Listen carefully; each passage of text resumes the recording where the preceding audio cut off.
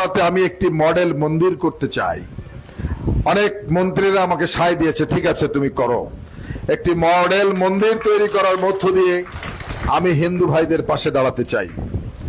শুধু আপনাদের কাছে অনুরোধ করতে চাই, বিগত 12 তারিখের নির্বাচনের আগে আমি আপনাদেরকে বলেছিলাম, আমাকে যদি আপনারা ভোট দিয়ে নির্বাচিত করেন, আমি যতটুকু রাজনীতি বুঝি, আগামী দিনে আমার দল রাষ্ট্রীয় ক্ষমতায় যাবে এবং আমার দল রাষ্ট্রীয় ক্ষমতায় গেলে তারেক রহমান প্রধানমন্ত্রী হবেন এবং তারেক রহমান প্রধানমন্ত্রী হলে আমি আপনাদের এলাকার যে উন্নয়নের ধারা, এই উন্নয়নের ধারাটাকে আমি অব্যাহত রাখতে চাই।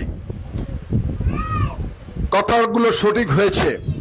জাতীয়তাবাদী দল ক্ষমতার মসনদে বসেছে, তারেক রহমান প্রধানমন্ত্রী হয়েছে। পাশাপাশি দুঃখের সাথে বলতে চাই, নির্বাচনের ঠিক 3-4 দিন আগ দিয়ে একটি চক্রান্তকারী গোষ্ঠী আপনাদের কানে নানানভাবে বিভ্রান্তকর তথ্য দিয়েছে এবং অনেকে ঘোড়া মার্কায় ভোট দেওয়ার জন্য উদ্বুদ্ধ করেছে। আমি আপনাদের কাছে প্রশ্ন রাখতে চাই, সমাজের যে ব্যক্তিগুলো, যে মানুষগুলো আপনাদেরকে ঘোড়া মার্কায় ভোট দেওয়ার জন্য প্ররোচিত করেছিল, আপনাদেরকে নানানভাবে বিভ্রান্ত করেছিল, তাদের উদ্দেশ্যটা কি ছিল এটা আপনাদেরকে ভাবতে হবে।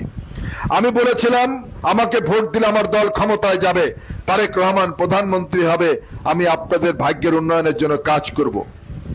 তারা কি করলো? ভোট দিতে বললো ঘোড়া মার্কায়। এই ভদ্রলোককে অনেকে চিনেন না। হ্যাঁ, আপনাদের ধর্মাবলম্বী মানুষ, কিন্তু সে তো এখানকার মানুষ না।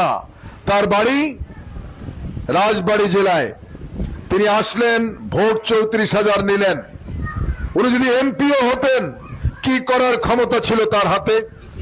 তার দলের ক্ষমতায় যাওয়ার সম্ভাবনা ছিল? তার তো দলই ছিল না, স্বতন্ত্র ছিল। আর একটি কথা মনে করে দিতে চাই,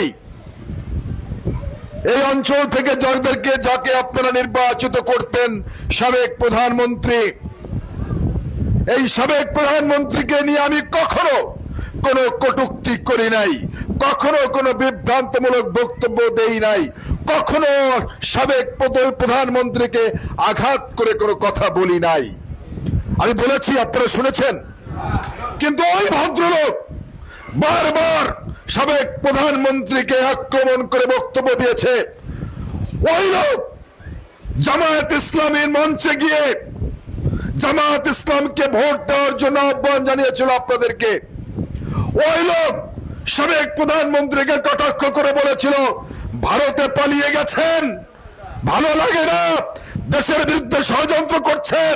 তার নাম ধরে বলেছিল, আমি নামটা বললাম না।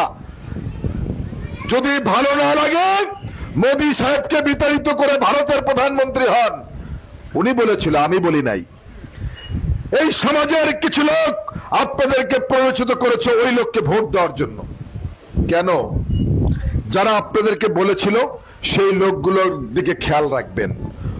আমরা চেয়েছিলাম এলাকার উন্নয়ন, আর ওরা চেয়েছিল ঘোড়া মার্কায় ভোট দিলে এলাকার উন্নয়ন থেকে যাতে মানুষ বঞ্চিত হয়।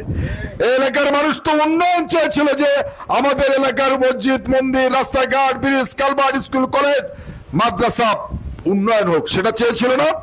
কিন্তু যারা আপনাদেরকে ঘোড়া মার্কায় ভোট দিতে বললো, তাদের উদ্দেশ্যটা কি ছিল এটা তো আপনাদেরকে অনুধাবন করতে হবে, বুঝতে হবে। ওরা দুষ্ট চক্র, ওদের ব্যাপারে আপনারা সতর্ক থাকবেন, না হলে বিপদে পড়তে হবে এই অঞ্চলের মানুষকে।